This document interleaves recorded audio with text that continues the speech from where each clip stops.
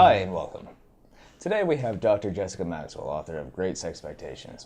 Dr. Maxwell, thanks for being here. Thanks. Yeah. Just so you know, though, I'm not quite yet a doctor.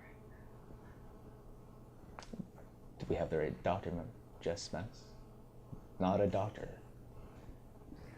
Great. I saw that you were in a few newspapers for your research recently. That's a lot of exposure for you. I was actually in the news for my research a little while back. I had a study about selfies that came out not long ago. It was picked up. It had a lot of news coverage. It was actually a little bit more news coverage than yours. And Awesome. Have you done anything recently?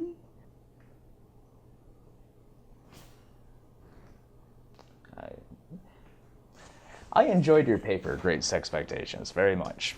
Just so you know, it's not actually called that. I thought you had read the paper. Did you see how long it was? Why don't you tell us about your paper? Sure, yeah. So in our research, we really wanted to look at individuals' lay beliefs for how they think they can best maintain sexual satisfaction over time. And what we did to test this was we designed 6 different studies to look at how these beliefs shape your own and your partner's relationship and sexual well-being. So the first step that we did in the first 2 studies was we needed to create a scale to measure people's lay beliefs of sexual satisfaction. We brought couples into the lab. You know, if I wanted an answer that long, I would have just read the paper. Why don't you tell me instead more about sexual growth? Did you just read that from the abstract? Can you just answer the question, please? So sexual growth beliefs are one of the beliefs we've identified, and this is the idea that your sex life takes effort and work to maintain. So your sex life is like a garden, essentially. Whereas people who are higher on the sexual destiny belief think that natural compatibility between partners is key for sexual satisfaction. Okay, so you have the sexual growth and the sexual destiny. Yes. And of those two, which one is better at sex? Well, we didn't really look at that, but what I can say is that people who are higher in sexual growth beliefs and their romantic partners report higher levels of sexual satisfaction. So you're saying that sexual destiny believers are awful at sex? Oh, no, not necessarily. So they're awful people? No. That's not what I want to convey at all. Dr. Maxwell, are you higher in the sexual growth or the sexual destiny? Well, you know what? I actually prefer not to talk about myself in these types of interviews just for privacy and professionalism. But if you were the type to talk about yourself, would you say that you, Jess Maxwell, are higher in the sexual growth or the sexual destiny? How about you, Dan? What are you? Me? Well, I'm actually very, very good at sex. I don't need any of this here. I'm actually fantastic. So you've never had to work on it? You've never had to improve upon things? No, you can't improve upon perfection, Jess. But I did.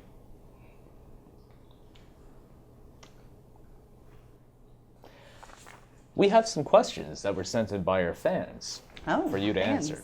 Joel from New Hampshire asks, my wife really likes it when I kiss her neck during sex, but I find it hard to angle my head that way.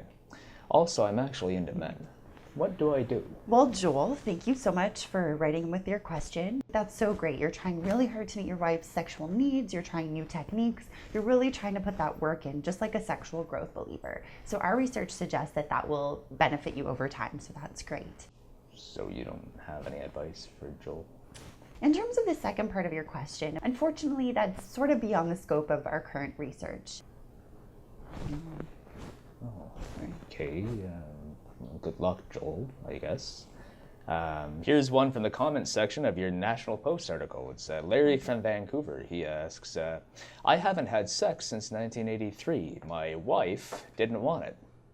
I should have dumped her years ago. 1983. What I will say to you, Larry, is that it's important to remember that sexual frequency and sexual desire often naturally decline over time. And our research suggests it's important to remember that problems in your sex life don't necessarily need to mean that your relationship as a whole suffers. So what I would say is to really try to come to an agreement so that you can work through these issues. You don't think the guy who hasn't had sex since 1983 hasn't tried to communicate his desire? let's get back to your title, Great Sexpectations. Right, so remember, it's not actually Now, called it's that. pretty clear that you just took that name and then worked backwards from there. So as a token of our appreciation, we thought we'd give you some more titles to wrap your next research around. You know, that's not actually how- Sexecutive decision. That one could be about sex with your boss. Seriously? Sextreme prejudice could be about overcoming racial barriers to have sex. No. Are we almost done here?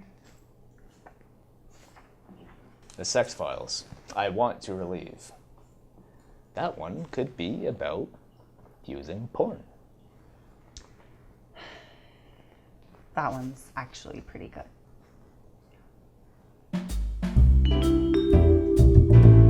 What channel is this going to be on?